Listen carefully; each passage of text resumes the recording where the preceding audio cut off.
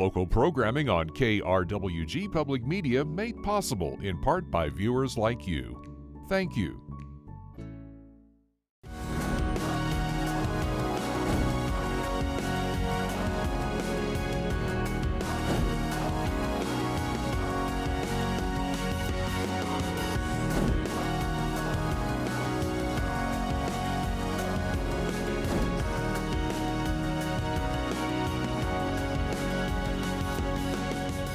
Welcome to Fronteras, a changing America. I'm Johnny Coker. This year, for the first time since 2007, the city of Las Cruces welcomed a new mayor into office. Eric Enriquez, the former fire chief, has been in office almost a year, and now he's in studio to reflect on that year and take a look at what's ahead. Mayor Enriquez, thanks so much for being in the studio today. No, good morning, and thank you, Johnny. Thanks for having me. Yeah, it's always good to have you here. So, essentially, my first question was that what are some of the biggest takeaways? What are some of the biggest learning experiences that you've had as mayor in your first year in office? What have you learned? Mistakes will be made, but things can be corrected.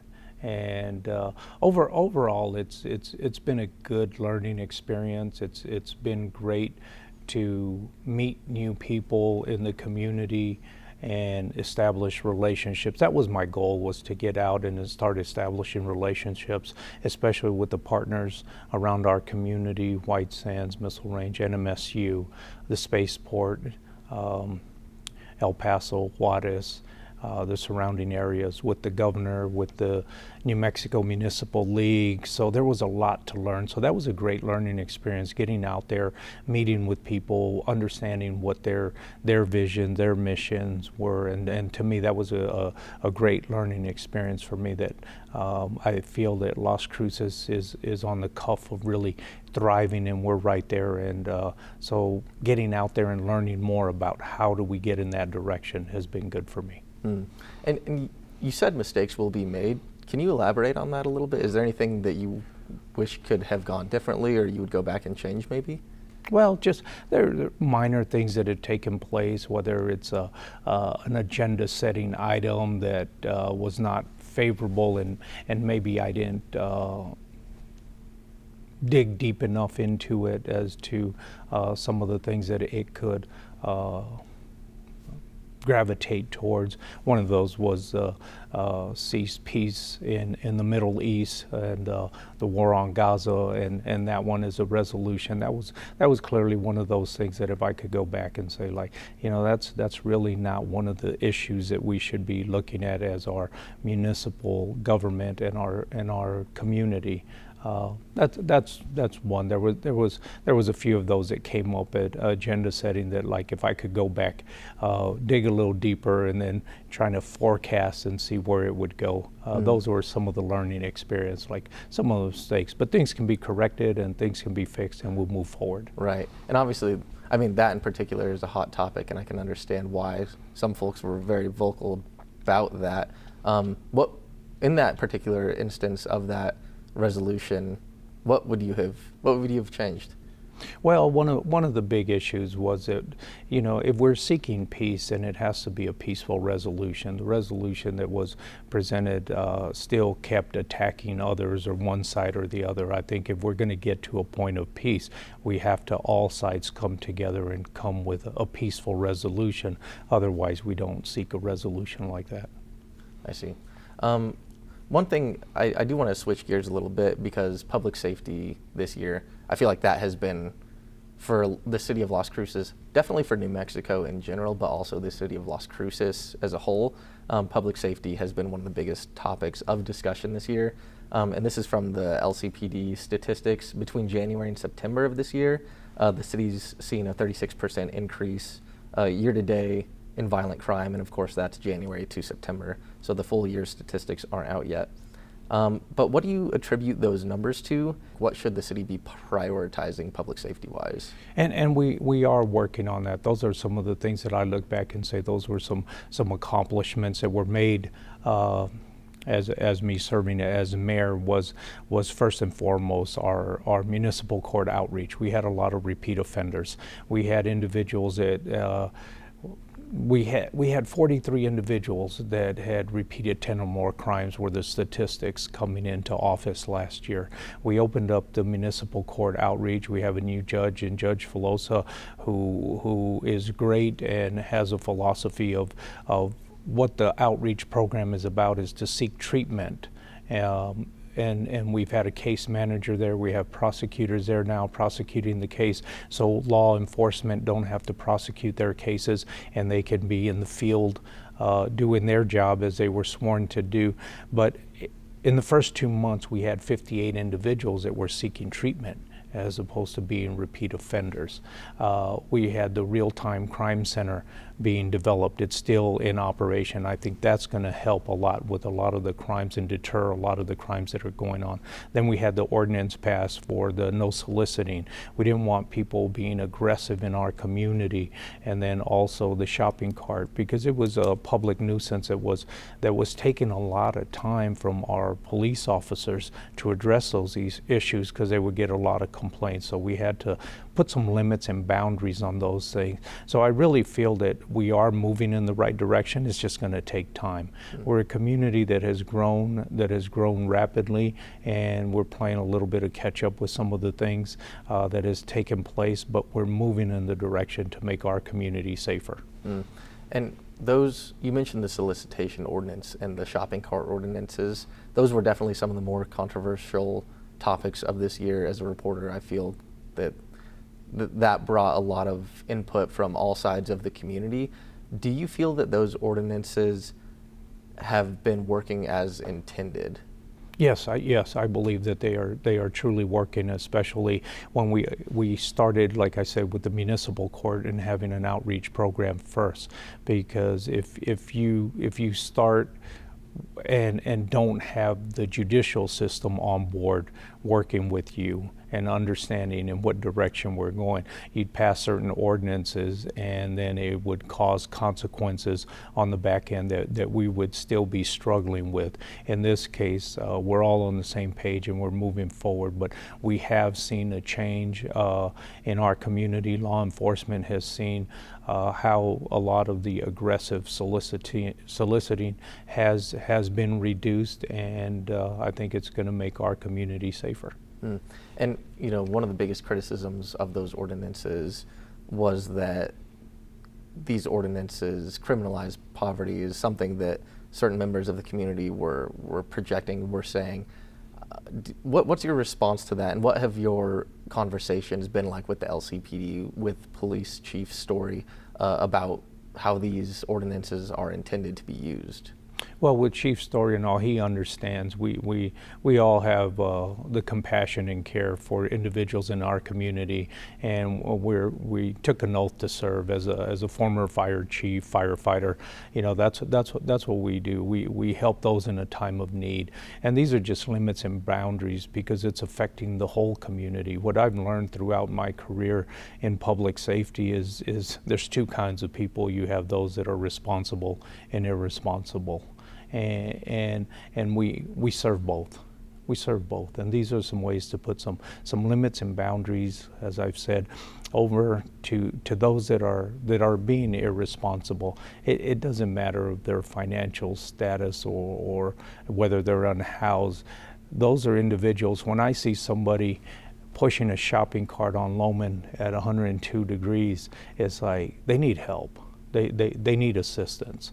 So that's they're not going to come in and ask for it. So if we have these limits and boundaries, we can get to them. We can put them through the court system. We can get them the treatment they need, and then we can get those individuals the help they need. So it's really to seek out and help those individuals in a time of need. And Mayor Enriquez, beyond the municipal level, dealing with public safety, obviously we have a long legislative session coming up in January. Have you been having conversations with state level officials about what you would like to see and what the city of Las Cruces as a whole would like to see in terms of addressing public safety, in terms of bail reform and reforming the state's competency laws?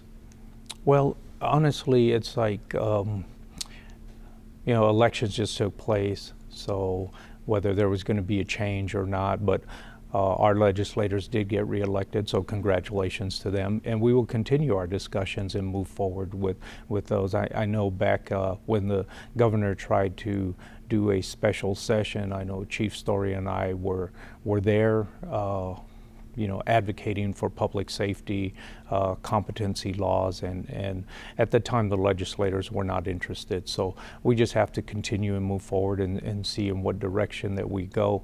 But I am working with the municipal league. As I said, that's one of the things I wanted to do and establish that relationship. So I've been elected as the chair of the Mayor's Caucus.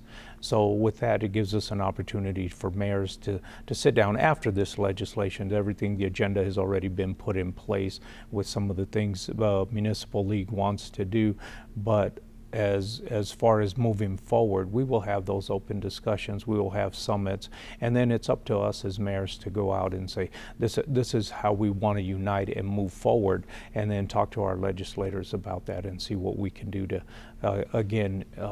we want not only our community, but we want the state to be healthy, to be safe, to have some economic development, and for New Mexico to thrive as well. Do you have confidence in this next legislative session that public safety will be at the top of legislators' minds? Yeah, I feel confident that this is something that has been addressed for over going on 2 sessions now, that it's been talked about. Last session there was a competency law that was introduced. It didn't succeed, but it was introduced, and I think since then it's been being worked on, and that's a bill that will come up. And so I think between public safety and mental health and all those issues that are constantly coming up, I feel confident that I know our legislators are looking at that and know that we have to do something. Mm. And something, again, at the municipal level that has been discussed in recent weeks in the city of Las Cruces is a safe use facility or an overdose prevention center. What are your thoughts on this? Do you have any strong thoughts about having a safe use facility in town? For me, I would say it's a concept, it's a theory, but I think we don't really have all the resources in place. I think as we're moving along, changing our ordinances, developing housing, working on certain projects, getting some things in order, if we build those resources, then something like that would come in the future. It's not an idea that I'm going to say that it's a priority. It's definitely it's going to take time to build to that point. I know other countries are doing that, and they're still in their pilot programs, and we still don't know if those are going to be absolute guarantees, a cure or a remedy to solve a lot of the problems, or maybe even increase them. So there's still some study and some research to do, but I feel that like even with the things that we're doing, the LIGHT program, mobile integrated health with the fire department, we reach a certain point and then we run out of infrastructure or providers, and that's what I'm getting at with this is we can come up with this concept, but we'd be limited because we can't fulfill all the needs and the resources that need to go into a facility like that. The topic of opioid settlement funding, opioid use disorders and opioid settlement funding. What kind of conversations are happening at the city level and at the county level with leadership in our area in terms of using those opioid settlement funds coming in, and what do you think can be done within the next year in order to implement those funds and help individuals that are on the street that have opioid use disorders, that have been devastated by this opioid crisis that was perpetrated by pharmaceutical companies that devastated communities all around the U.S. I mean, what can we do as the city of Las Cruces in order to put infrastructure in place to help individuals devastated by this crisis? Yeah, and that's something that we're looking at, and we've had a joint session. I could say it was more of an introduction that it's coming, and we've had staff looking at it, but I think one of the key things that needs to take place is to see how legislation goes, through and see what the laws or any reform of laws take place in public safety and mental health, because we don't want to put things in a certain direction and then we're prohibited or we're duplicating some of the things that take place. So I think we have to be, we are researching it, and I think we're coordinating it, and we're looking at in our next upcoming budget for the city is to start looking at how we put resources into that plan and work with the county and come together to see where we can put it, and it's going to be best use that we can treat the problems and assist those and then prevent those issues from happening. Mm-hmm. And we're talking about legislation and the election this last year, and one of the laws that passed this year, one of the bills, was that the gross receipts tax in Las Cruces was raised by 0.325%, as voted on by citizens of the city of Las Cruces. So I just wanted to follow up with you. What kind of conversations are you having with other city officials in terms of how this money can best be used? Because I know Chris Favor, the Director of Economic Development, mentioned a capital improvement fund. I know you have mentioned in columns using it for public safety resources. So has there been a consensus? Is there an idea of a fund that this 0.325% of revenue will go into? Yes, that is going to be a restricted fund. It will go for public safety and what I label as critical infrastructure, which can be a lot of those things like roads, it can be parks, it can be things that we want, public safety, we want safe spaces, we want to make sure we have safe traffic lights, intersections.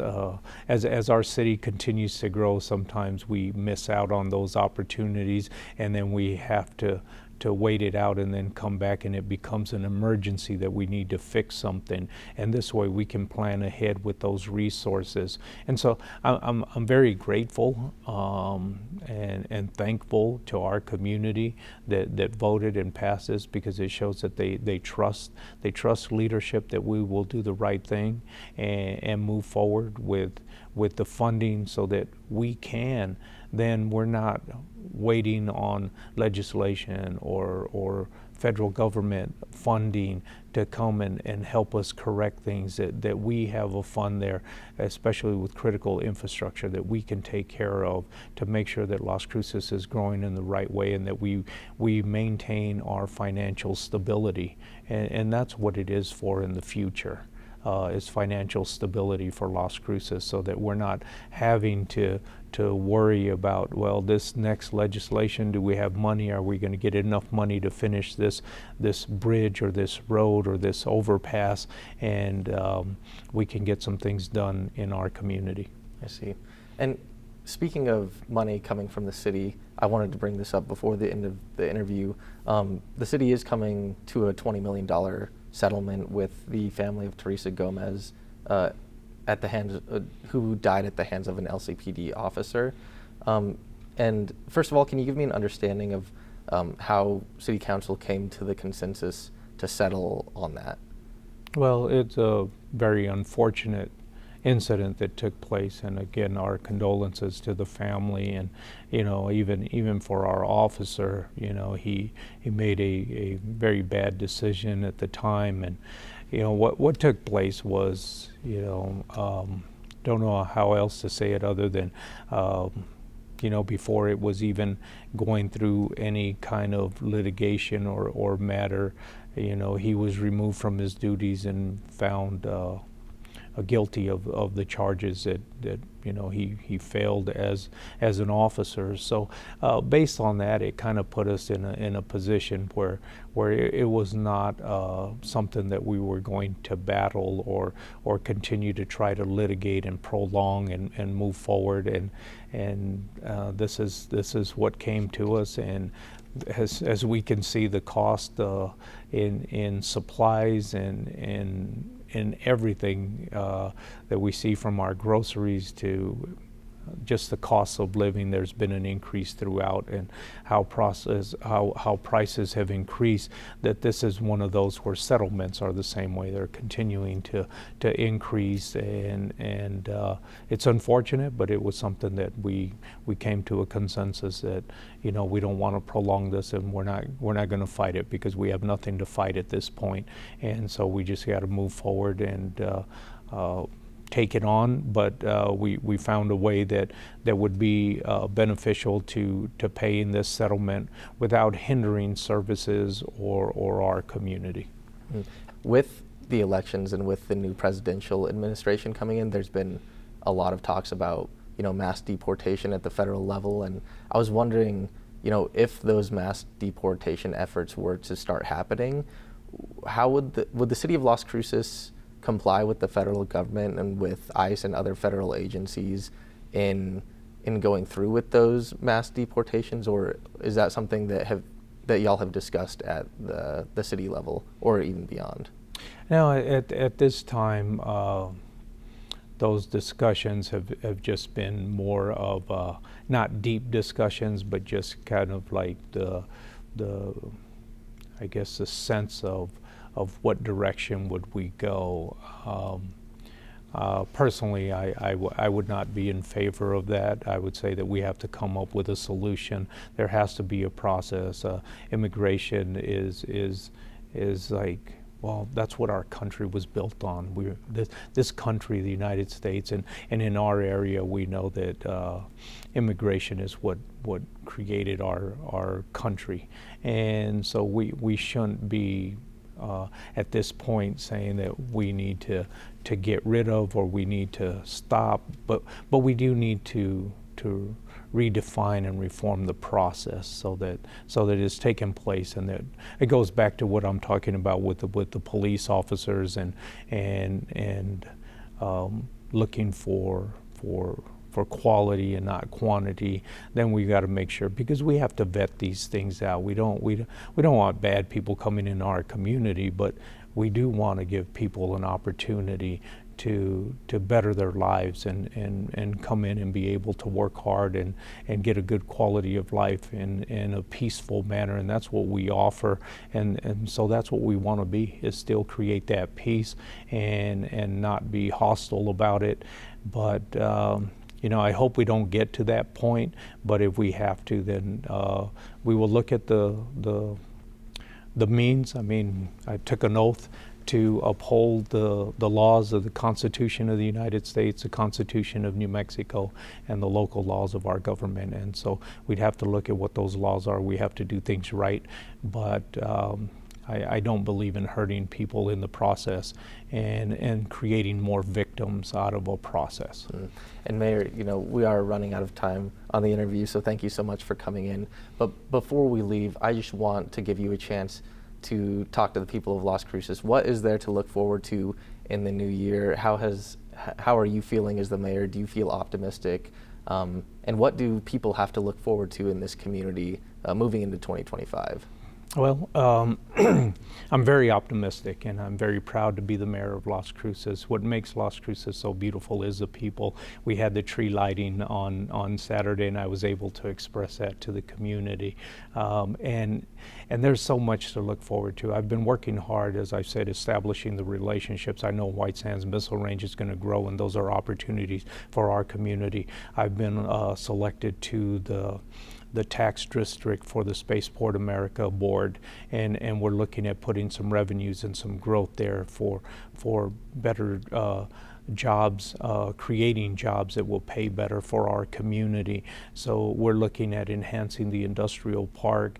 We've got some we just had a resolution where someone bought some property and they're looking at cold storage there that would work hand in hand with our agriculture that we have here in the Mesilla Valley. working the relationships with the Borderplex and Santa Teresa and things. But we're still going to enhance our legacy parks, Young Park, Apodaca Park. I'm excited about that. We're looking at partnering with the county and looking at sports complexes that we can have and build together as a community, so this community can share in there's activities for our youth. Working with NMSU, looking at the Department of Defense, so that our talent will stay here in this community and we can enhance. So economic development, I think we're on the verge of turning some things over, creating better paying jobs. We're having our Realize work session today for our land use code that's been outdated, I would say, for 20 years. There's been some amendments, and we will keep continuing to work on it and improve it. But our housing, our development, we have the multi-family units that are being built throughout the community. You drive by Las Cruces High, you drive behind the Walmart on Griggs, and you can see these projects coming up, and you can see that Las Cruces is continuing to grow.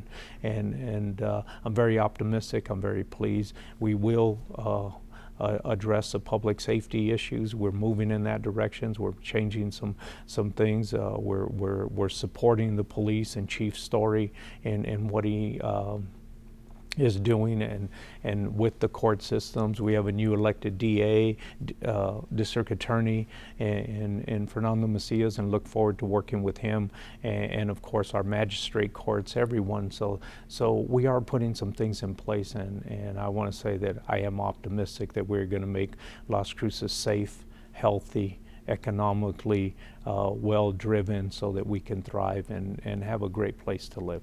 Well, Mayor, there certainly is a lot to look forward to, and I know you're working on a lot, and that's why I appreciate you coming to the studio to speak with us. It's definitely a big help to us and to the community to hear about what's going on at the city level, so thank you so much for coming in to talk with me today. No, thank you. I appreciate it all the time. Look forward to always meeting with you, Johnny, and having these conversations. Of course. Yeah, thank you. That's all for today's episode. Thanks so much to our audience for tuning into the show this year. Fronteras will return on January 2nd, but in the meantime, Merry Christmas and Happy Holidays to all.